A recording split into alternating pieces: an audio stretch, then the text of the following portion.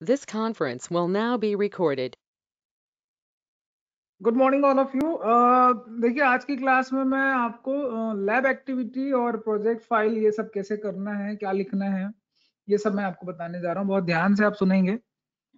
देखिए अभी सीबीएसई का कोई भी सर्कुलर जब तक नहीं आ जाता तब तक तो हम जो पुराना जो गाइडलाइंस है उसके अकॉर्डिंग काम कर रहे हैं। ठीक है, जब न्यू गाइडलाइंस आएगा तब देखा जाएगा क्या करना है। फिलहाल अभी कोई नई गाइडलाइंस नहीं आया है जो भी है मॉडिफिकेशन के लिए।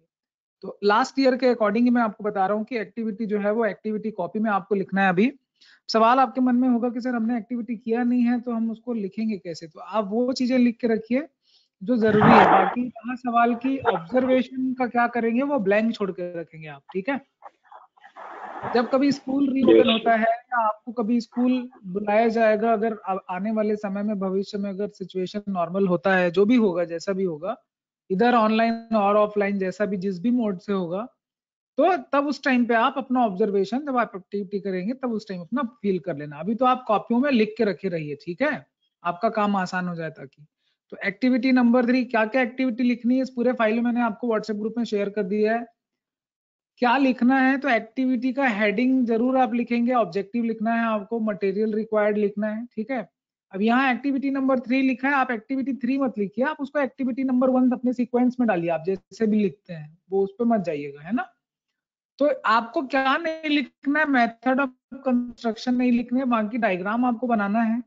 डेमोन्स्ट्रेशन करना होता है, लिखना नहीं होता है। तो जब डेमोन्स्ट्रेशन आप तब करेंगे जब कोई एक्टिविटी आप करेंगे, वो तो इसलिए लिखना नहीं उसको कॉपी में। ऑब्जर्वेशन आपको जरूर लिखना है, जैसे जैसे लिखा है, बस ब्लैंक लिखा है वहां पे आप कोई नंबर मत डालिए। जब आप ऑब्जर्वेशन करेंगे तब उस टाइम देखा जाएगा, ठीक है, उस टाइम आप फील कर लेंगे। तो इस तरह की जो चीजें हैं ये पूरा मैंने आपको एक पूरा प्रैक्टिकल बता दिया कि कैसे लिखना है। मैक्सिमम 1 और 2 पेज में एक प्रैक्टिकल एक एक्टिविटी आपकी आ जाती है, कोई बहुत मेहनत वाला काम नहीं है। ठीक है, उसके लिए परेशान नहीं होना है आपको। वैसे ही एक एक्टिविटी दिखाऊं आपको मैं, यहाँ पे एक्टिविटी नंबर 6 लिखा हुआ है, to explore the principal value of the function sine inverse x using unit circle. तो इस एक्टिविटी में आपको क्या क्या लगेगा। ठीक है, तो पहले तो आपको ऑब्जेक्टिव लिखना होगा, ऑब्जेक्टिव लिखना होगा, मटेरियल रिक्वायर्ड लिखना होगा। मेथड ऑफ कंस्ट्रक्शन नहीं लिखना है, किसी भी प्रैक्टिकल में मेथड ऑफ कंस्ट्रक्शन आपको नहीं लिखना है। बाकी डायग्राम जरूर बनाने हैं, ठीक है। ये सारे जितने भी डायग्राम आपके बुक में दिख रहे हैं वो सारे डायग्राम आप बनाएंगे, पूरा अच्छे से क्लियर बनाएंगे। डायग्राम होना चाहिए आपकी कॉपी में, ग्राफ्स होने चाहिए। ठीक है, डेमोन्स्ट्रेशन फिर नहीं लिखना है आपको। इसके आगे जहां जहां भी आपको ग्राफ दिख रहे हैं, this diagram this diagram this diagram, वो सारे डायग्राम आप लिखेंगे, ड्रॉ करेंगे, मतलब बनाएंगे। ऑब्जर्वेशन लिखना है आपको, एप्लीकेशन मस्ट है, एप्लीकेशन पार्ट आपको लिखना ही है। ठीक है, ऐसे ही सारे प्रैक्टिकल पूरी फाइल में यही प्रैक्टिकल प्रैक्टिकल है, क्या लिखना है क्या नहीं लिखना। इस फाइल में जितने प्रैक्टिकल है वही वही आपको लिखना है। क्लियर है क्या, इसको प्रैक्टिकल कोई कॉपी में डाउट है बनाना इसमें। है क्या? हाँ जी, अरे यार तुम प्रथम राठौर, एक्टिविटी तो भाई एक्टिविटी कॉपी में लिखोगे ना। 11th में तुम कहाँ थे, नहीं लिखा था क्या 11th में। अच्छा सर, उसको प्रैक्टिकल कॉपी बनाए थे ना अपन। हाँ वही एक्टिविटी कॉपी प्रैक्टिकल कॉपी बोलते हैं उसको, तो ठीक है। वही पूछ रहा हूँ, प्रैक्टिकल कॉपी बनानी है ना। हाँ, प्रैक्टिकल कॉपी आप लोगों ने लास्ट ईयर लिखा था, याद होगा आप लोगों को कि याद नहीं है, भूल गए। याद है सर। याद है सर। याद है ना, बस वही करना है बेटा, कोई नया काम थोड़ी ना कर रहे हो। ठीक है, ये लिख के रखेंगे, ऑब्जर्वेशन ब्लैंक छोड़ देंगे, वो आप फील मत करिएगा, जब बोला जाएगा तब आप कर लेना उसको। नाउ पूरी लिस्ट है, आपने जितने चैप्टर पढ़े हैं उसके सबके टॉपिक हैं, आपको सारे प्रैक्टिकल समझ में आ जाएंगे क्योंकि आपने सब कुछ पढ़ लिया हुआ है। ठीक है, टोटल इसमें 9 प्रैक्टिकल है, आप 9 लिख लीजिए।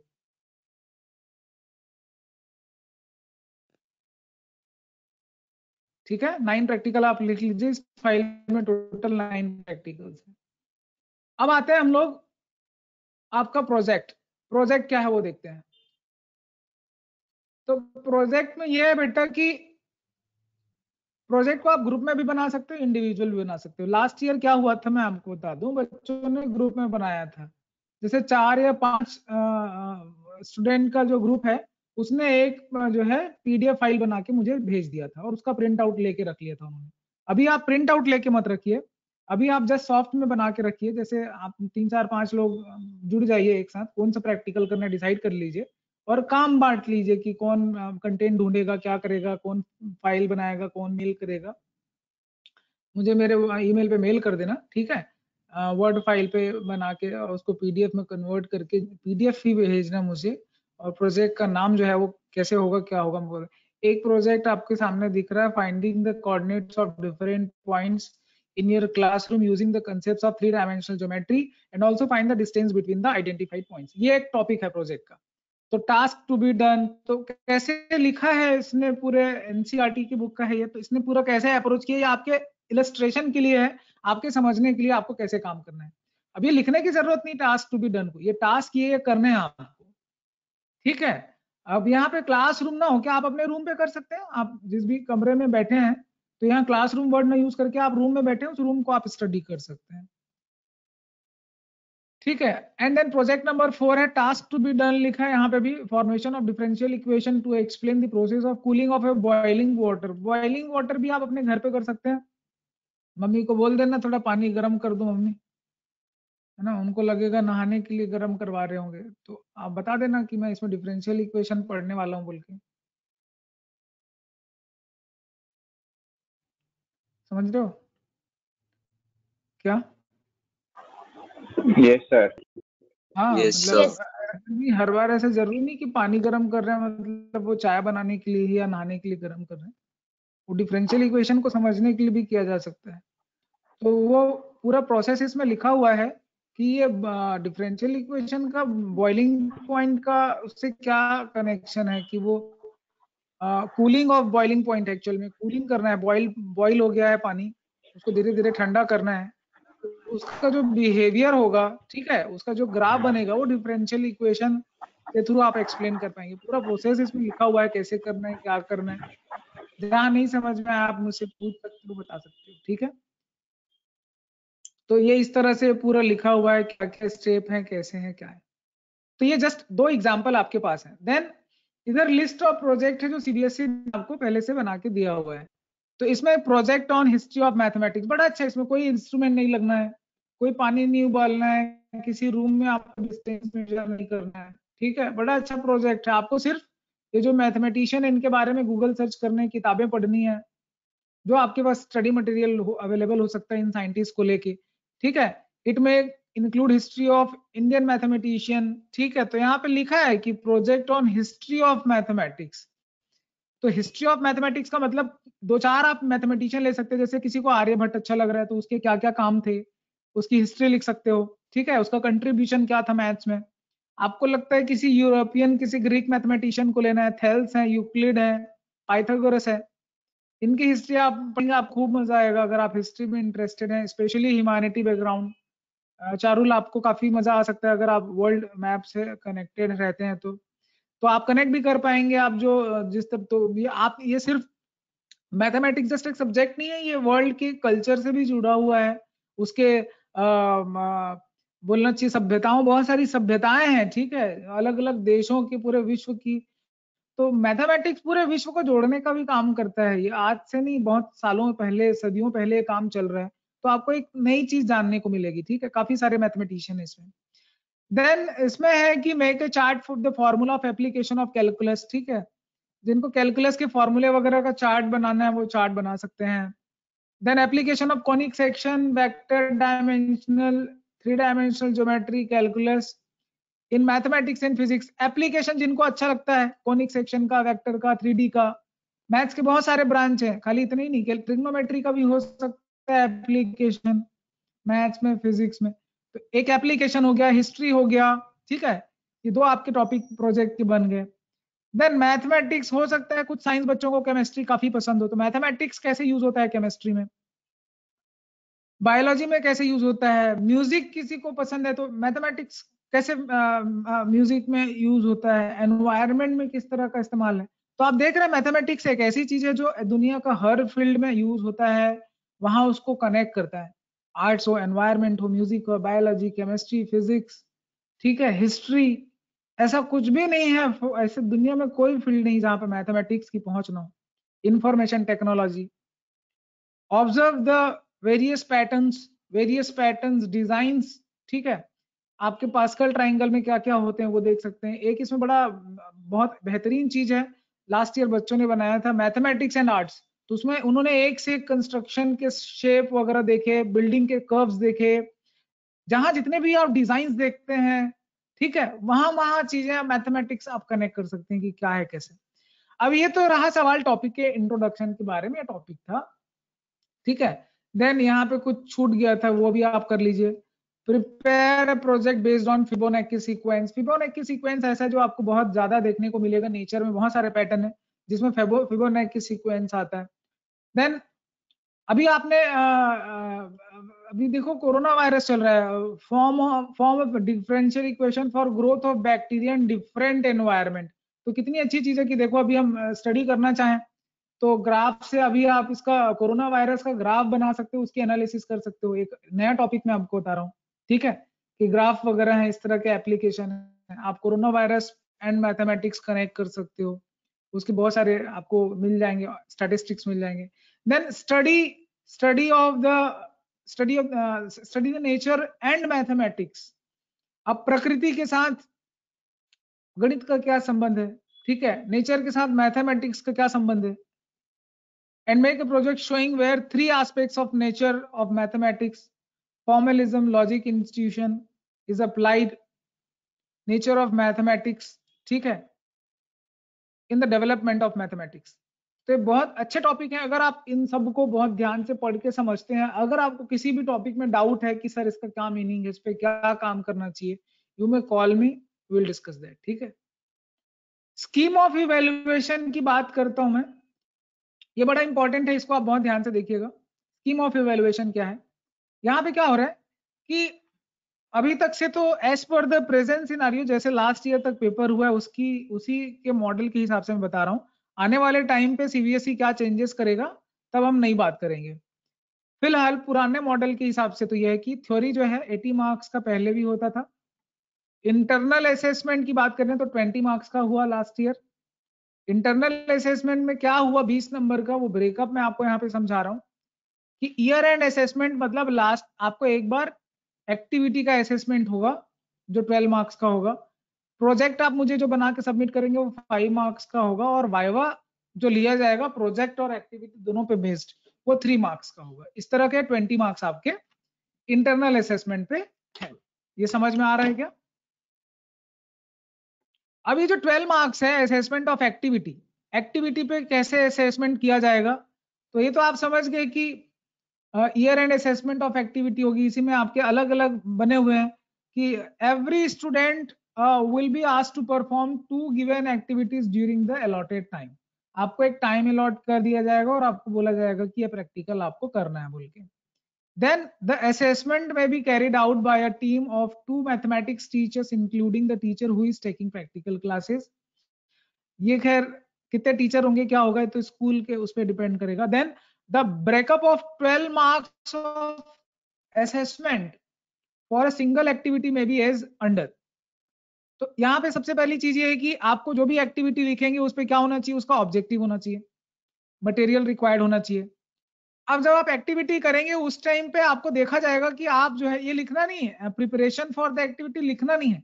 जब आप प्रिपरेशन करते रहेंगे उस समय आपको ऑब्जर्व किया जाएगा जब आप प्रैक्टिकल करते रहेंगे कि हाँ ये किस तरह की इसकी प्रिपरेशन एक्टिविटी को लेके, ये टेबल कैसे अरेंज कर रहा है, क्या क्या सामान लेके आया है। कंडक्ट आप फिर एक्टिविटी करते कैसे हैं वहां पे देखा जाएगा, ये सही कर रहा है कि नहीं, कि गलत कर रहा है। ऐसा तो नहीं कि लिख सही रहा है लेकिन सारे प्रैक्टिकली गलत गलत कर रहा है, तो इन सब पे मार्क्स है। देन आपको ऑब्जर्वेशन और एनालिसिस लिखना है कि आपने क्या ऑब्जर्व किया उस एक्टिविटी को देख करके, क्या आपका एनालिसिस है, ठीक है। देन रिजल्ट एंड कंक्लूजन ये आपको लिखना है। इस तरह के आपके टोटल 12 मार्क्स हैं एक एक्टिविटी के लिए for a single activity. Clear है क्या? The marks of the marks for 2 activity may be added first and then marks will be calculated out of 12। Average की बात कर रहे हैं कि अगर 2 एक्टिविटी कराते हैं तो ऐसे का आप एवरेज निकाल लेंगे। Then full record of activity may be kept by each student. आपके जो रिकॉर्ड है, जो एक्टिविटी की कॉपी, जो प्रैक्टिकल कॉपी आप बनाएंगे वो आपको अपने साथ में भी रखना है। तो ये लिखना है। इवैल्यूएशन ऑफ प्रोजेक्ट वर्क, तो प्रोजेक्ट वर्क में क्या क्या रहेगा?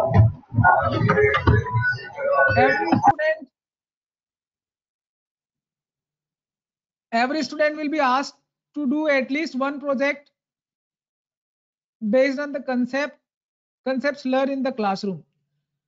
ठीक है, तो आप जो भी कंसेप्ट सीखते हैं उसी को अप्लाई करना है, उस पे बेस्ड कोई भी एक आपको प्रोजेक्ट करना है। जो लिस्ट आपको सीबीएसई ने दिखाया मैं आपको, उनमें से आप कोई भी ले सकते हैं। द प्रोजेक्ट में बी कैरिड आउट इंडिविजुअली और इन अ ग्रुप ऑफ 2 और 3 स्टूडेंट्स। तो आप ज्यादा से ज्यादा 2 या 3 लोग हो सकते हैं, स्पेशली मेंशन किया है। तो 2 या 3 लोग आप रहेंगे और उसको 3 लोग रह लीजिए, आप लोग का काम आसान हो जाएगा। किसी को 2 रहना है 2 कर सकते हैं, किसी को लगता है इंडिविजुअली करना कर लीजिए। Then the weightage of 5 marks for the project may be as under. तो 5 मार्क्स कैसे रहेंगे? Identification and statement of the project. आपके प्रोजेक्ट का ऑब्जेक्टिव क्या है, आइडेंटिफिकेशन क्या है, स्टेटमेंट क्या है आपका प्रोजेक्ट का, वो लिखना है। प्लानिंग द प्रोजेक्ट, आपने पूरा प्रोजेक्ट कैसे प्लान किया है, ठीक है, तो उसका इंट्रोडक्शन, उसके बारे में ब्रीफ में आपको एक्सप्लेन करना है। उसका एक पूरा फॉर्मेट बनेगा कि क्या क्या उसमें पॉइंट्स होंगे, वो आपको लिखने हैं। देन क्या क्या आपने प्रोसीजर अडॉप्ट किया है, ठीक है, किस तरह का आपका प्रोसीजर है, प्रोसीजर अडॉप्ट क्या किया, उसमें भी आपके बहुत सारे पॉइंट हो सकते हैं, वो सब आपको सोचना है। आप प्रोजेक्ट बनाएंगे तो आप जैसे किसी भी प्रोजेक्ट को आप उसका प्रोसीजर क्या है, तो आप डिस्कशन मेरे साथ कर सकते हैं, बट ये सारे पॉइंट्स देखे जाएंगे कि उसमें प्रोसीजर है कि नहीं, प्लानिंग है कि नहीं, स्टेटमेंट ऑफ द प्रोजेक्ट है कि नहीं, ऑब्जर्वेशन है कि नहीं फ्रॉम द डेटा कलेक्टेड। ठीक है, कुछ ऑब्जर्वेशन, कोई जरूरी नहीं कि आप बाहर जाके ही डेटा कलेक्ट करें, आप इंटरनेट से भी डेटा ले सकते हैं। ठीक है, then interpretation and application, interpretation and application of result, interpretation and application भी मस्ट है। तो ये 5 चीजें हैं, ठीक है, ये इन सारी चीजों पे आपको जो है प्रोजेक्ट बनाने, ये आपको फाइल मैंने भेजा है, बहुत ध्यान से पढ़ के इस पे काम करिएगा। ठीक है, प्रोजेक्ट की लेंथ कितनी हो सकती है, कितना बड़ा हो सकता है, तो कम से कम 5-6 पेजेस तो आएंगे ही आएंगे, मान के चलो जितना कंटेंट आप लिखेंगे उस पे, तो एटलीस्ट 5-6 पेजेस आएंगे, लेकिन 5 to 10 पेजेस पे मेरे ख्याल से आपका काम हो सकता है। किसी भी टॉपिक पे आप मैथ्स का ले लीजिए, 5 to 10 पेजेस पे आपका पूरा का पूरा प्रोजेक्ट बन जाएगा, including diagram, figure, planning, procedure, table, chart, जो आपको लगेगा, ग्राफ, जो आप रिप्रेजेंट करना चाहें ऑब्जर्वेशन के लिए, कैलकुलेशन के लिए, टेबल के लिए, ठीक है, व्हाटएवर इस तरह की चीजें लगेंगी आपको, तो वो सब मिला के आपको 5 to 10 पेजेस में आपका काम हो सकता है। तो total score out of 20, the marks obtained in 1 year and assessment of activities and project work will be added to the marks viva to get the total score. viva आपके 3 marks का होगा, यहाँ पे लिखा भी है कि ये viva लिया जाएगा। then every student should be asked to perform at least 20 activities in one academic year लिखा है, at least 20 लिखा है, हम आपको 9 एक्टिविटी दे रहे हैं as per the present scenario, present situation को देखते हुए, तो आप ये 9 एक्टिविटी कर लीजिए। क्लियर है क्या? क्योंकि सीबीएसई ने रिड्यूस भी किया हुआ है नंबर ऑफ एक्टिविटीज को, ठीक है, तो हमने भी रिड्यूस कर दिया है। यहाँ तक चीजें समझ में आई क्या?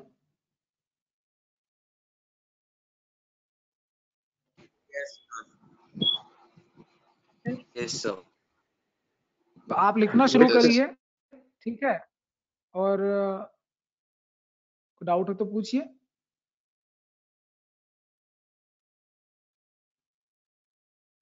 ये सारा काम आप 10 दिसंबर तक कर लेंगे, प्रोजेक्ट बनाने से लेकर प्रैक्टिकल कॉपी लिखने तक सब कुछ, ठीक है। मेरे पास 10 दिसंबर तक आप स्टेटस बताइएगा क्या हाल है। चलिए ठीक है, thank you so much everyone, have a nice day. मुझे एक डाउट है पूछिए सर। तो जो हमको वो फाइल बनाना है, प्रोजेक्ट फाइल नहीं, वो प्रैक्टिकल वाली जो बनाना है सर, उसमें अभी सिर्फ लिख लेना है, परफॉर्म नहीं करना है? नहीं, परफॉर्म नहीं करना है आपको, जब आपको स्कूल बुलाया जाएगा प्रैक्टिकल से रिलेटेड जो भी काम होगा तब देखा जाएगा, अभी आपको लिख के रखना है, कॉपी बना के रखना है। तो ऑब्जर्वेशन नहीं लिखे फिर उसमें? खाली खाली ब्लैंक छोड़ देंगे, ब्लैंक छोड़ देंगे। अच्छा, ओके, हो गया, समझ में आ गया सबको? Thank you, bye bye. Thank you sir.